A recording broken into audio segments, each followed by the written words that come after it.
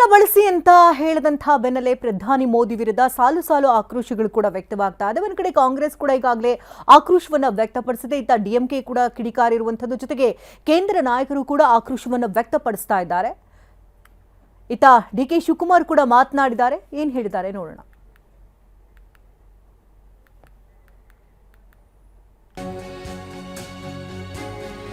ರಾಜ್ಯ ಸರ್ಕಾರದಲ್ಲಿ ಯಾವ ಕುರ್ಚಿಯೂ ಅಲುಗಾಡ್ತಿಲ್ಲ. ಪ್ರಧಾನಿ ಅವರ ಕಣ್ಣಿಗೆ ಏನ್ ಕಾಣ್ತಿದೆಯೋ ಗೊತ್ತಿಲ್ಲ. ಪ್ರಧಾನಿ ಮೋದಿ ಹೇಳಿಕೆಗೆ ಡಿಸಿಎಂ ಡಿಕೆಶಿ ತಿರುಗೇಟನ್ನ ಕೊಟ್ಟಿದ್ದಾರೆ. ಕಾಂಗ್ರೆಸ್ನ ಕುರ್ಚಿ ಕದನದ ವಿಚಾರಕ್ಕೆ ಸಂಬಂಧಪಟ್ಟಂತೆ ನಿನ್ನೆ ಟೀಕೆಯನ್ನ ಮಾಡಲಾಗಿತ್ತು. ಅಧಿಕಾರ ಹಸ್ತಾಂತರ ವಿಚಾರಕ್ಕೆ ಪೈಪೋಟಿಗಳಾಗ್ತಾ ಇದೆ. ಸಿಎಂ ಮತ್ತು ಡಿಸಿಎಂ ನಡುವೆ ಪೈಪೋಟಿ ನಡೀತಾ ಇದೆ. ನಿನ್ನೆ ಬೆಂಗಳೂರಿನಲ್ಲಿ HALನಲ್ಲಿ ಹೇಳಿಕೆಯನ್ನ ನೀಡಿದ್ರು ಮೋದಿ. ಇದರ ಬೆನ್ನಲ್ಲೇ ಡಿಕೆ ಶಿವಕುಮಾರ್ ಕೂಡ ಆಕ್ರೋಶವನ್ನು ವ್ಯಕ್ತಪಡಿಸ್ತಾ ಇದ್ದು, ರಾಜ್ಯ ಸರ್ಕಾರದಲ್ಲಿ ಯಾವುದೇ ರೀತಿಯ ಕುರ್ಚಿ ಅಲುಗಾಟವಿಲ್ಲ ಅಂತ ಮಾತನಾಡಿದ್ದಾರೆ. ಪ್ರಧಾನಿ ಅವ್ರ ಕಣ್ಣಿಗೆ ಏನ್ ಕಾಣ್ತಾ ಇತ್ತು ನಿಜಕ್ಕೂ ಗೊತ್ತಿಲ್ಲ ಅಂತ ಮಾತನಾಡಿದ್ದಾರೆ. ಕೇರಳದಲ್ಲೂ ಹಂಗೆ ಆಯ್ತು, ಪಂಜಾಬ್ದಲ್ಲೂ ಹಂಗೆ ಆಗುತ್ತಾ ಇದೆ ಅಂತ ಹೇಳ್ತಾರೆ. ಹೌದಾ ಸರ್, ಏನು ನಡೀತಾ ಇದೆ? ಪಾಪ ಪ್ರೈಮ್ ಮಿನಿಸ್ಟರ್ ಇದಾರಲ್ಲ, ಅವ್ರಿಗೆ ಏನೇನು ಕಣ್ಣು ಕಾಣ್ತಾ ಇದೆಯೋ ನಮ್ಗೆ ಗೊತ್ತಿಲ್ಲ. ಯಾವ ಕುರ್ಚಿಗಳು ಆಡ್ತಾರೆ, ಎಲ್ಲ ಕುರ್ಚಿಗಳು ಗಟ್ಟಿಯಾಗಿವೆ. ಕೇರಳದಲ್ಲೂ ಹಂಗೆ ಆಯ್ತು, ಪಂಜಾಬ್ದಲ್ಲೂ ಹಂಗೆ ಆಗುತ್ತಾ ಇದೆ ಅಂತ ಹೇಳ್ತಾರೆ. ಹೌದಾ ಸರ್, ಏನು ನಡೀತಾ ಇದೆ?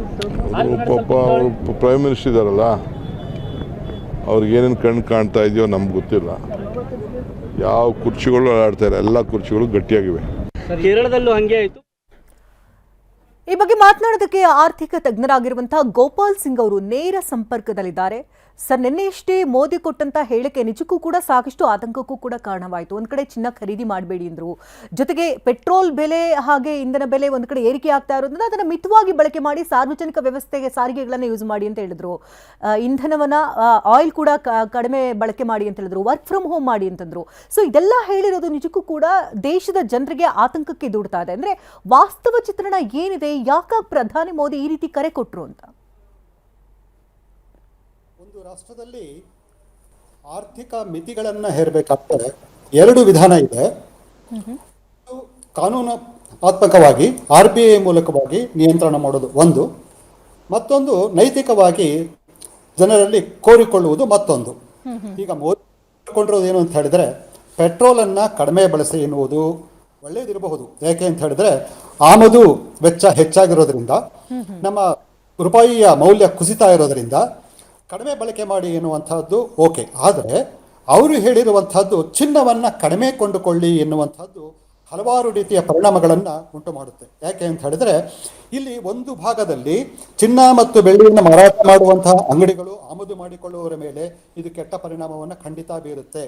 ಯಾತಕ್ಕೆ ವ್ಯವಹಾರವನ್ನು ತೆಗೆದುಕೊಂಡಾಗ ಕೋಟ್ಯಾಂತರ ರೂಪಾಯಿ ವ್ಯವಹಾರವನ್ನು ಚಿನ್ನದ ಮೂಲಕವಾಗಿ ಮಾಡ್ತಾ ಇರುವಂತಹ ವ್ಯಾಪಾರಿಗಳು ಬಹಳ ತೊಂದರೆಗೆ ಒಳಗಾಗ್ತಾರೆ. ಹಾಗಾಗಿ ತುಂಬಾ ಎಮರ್ಜೆನ್ಸಿ ಇದ್ದಾಗ, ತುಂಬಾ ಅಗತ್ಯ ಇದ್ದಾಗ ಇಂಥ ದಿಟ್ಟ ಕ್ರಮಗಳನ್ನು ಕೈಗೊಳ್ಳಬೇಕಾಗುತ್ತೆ. ಹಾಗಾಗಿ ಎರಡು ಅಂಶಗಳಲ್ಲಿ ಪೆಟ್ರೋಲ್ ಕಡಿಮೆ ಬಳಸಿ ಎನ್ನುವುದರಲ್ಲಿ ಏನು ತಪ್ಪಿಲ್ಲ, ಆದರೆ ಚಿನ್ನವನ್ನು ಕಡಿಮೆ ಕೊಂಡುಕೊಳ್ಳಿ ಎನ್ನುವಂಥದ್ದು ಸರಿಯಲ್ಲ ಎನ್ನುವಂಥದ್ದು ನನ್ನ ಭಾವನೆ. ಜೊತೆಗೆ ಗೃಹ ಬಳಕೆಗೆ ಬಳಸುವಂತ ಆಯಿಲ್ ಕೂಡ ಕಡಿಮೆ ಮಾಡಿ ಅಂತ ಹೇಳಿದ್ದಾರೆ ಸರ್. ಅಂದ್ರೆ ಇದು ಯಾವ ರೀತಿ? ಜೊತೆಗೆ ಫಾರಿನ್ ಪ್ರಾಡಕ್ಟ್ಗಳನ್ನ ಬಳಕೆ ಮಾಡಲೇಬೇಡಿ ಅಂತೆಲ್ಲ ಹೇಳಿದ್ದಾರೆ. ವರ್ಕ್ ಫ್ರಮ್ ಹೋಮ್ ಅಂತ ಹೇಳಿದ್ದಾರೆ. ಅದೆಲ್ಲ ಕೊರೋನಾ ಟೈಮಲ್ಲಿ ನಾವು ನೋಡಿದ್ವಿ, ಆ ಸಿಚುಯೇಷನ್ ಬೇರೆ ಇತ್ತು. ಬಟ್ ಇವಾಗ ಯಾಕೆ ಈ ರೀತಿ ಅಂತ?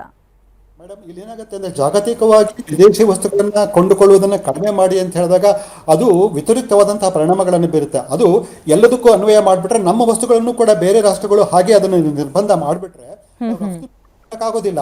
ಹೀಗಾಗಿ ಇದು ಮ್ಯೂಚುವಲ್.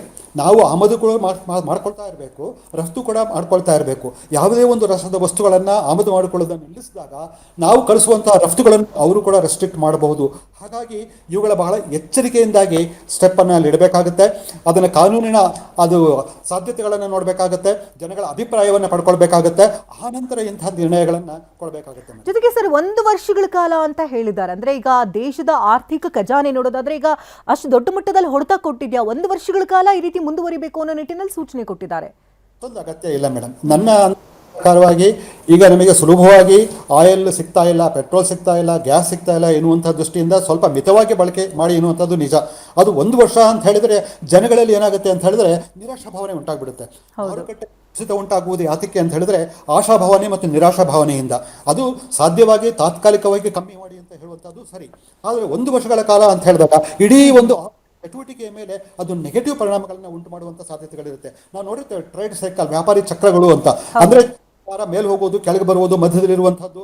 ಹಾಗಾಗಿ ಬೂಮು, ಡಿಪ್ರೆಷನ್ ಇವೆಲ್ಲ ಯಾಕೆ ಉಂಟಾಗುತ್ತೆ ಅಂತ ಹೇಳಿದ್ರೆ ಇಂತಹ ಒಂದು ಹೇಳಿಕೆಗಳಿಂದ ಆಗ್ಬಿಟ್ರೆ ಬಹಳ ತೊಂದರೆ ಉಂಟಾಗುತ್ತೆ. ಯಾಕೆಂದರೆ ಈಗಾಗಲೇ ಭಾರತ ಹೆಚ್ಚು ಮುಂದುವರಿಯುತ್ತಿರುವಂತಹ ರಾಷ್ಟ್ರ, ಹೆಚ್ಚು ವೇಗವಾಗಿ ಬೆಳೀತಾ ಇದೆ ಅನ್ನೋದು ಎಲ್ಲ ರಾಷ್ಟ್ರಗಳಿಗೂ ಕೂಡ ಗೊತ್ತಿದೆ. ಹಾಗಿದ್ದಾಗ ನಾವು ಇಂತಹ ಒಂದು ಕ್ರಮಗಳನ್ನು ಕೈಗೊಂಡಾಗ ನಮ್ಮ ಆರ್ಥಿಕ ಬೆಳವಣಿಗೆಯ ದರ ಕುಸಿತವಾಗಬಹುದು ಎನ್ನುವಂತಹ ಒಂದು ಭೀತಿ ನನ್ನಲ್ಲಿ ಉಂಟಾಗ್ತಾ ಇದೆ. ಧನ್ಯವಾದ ಸರ್, ಟಿವಿ ನನ್ನೊಂದಿಗೆ ಮಾತನಾಡೋದಕ್ಕಾಗಿ.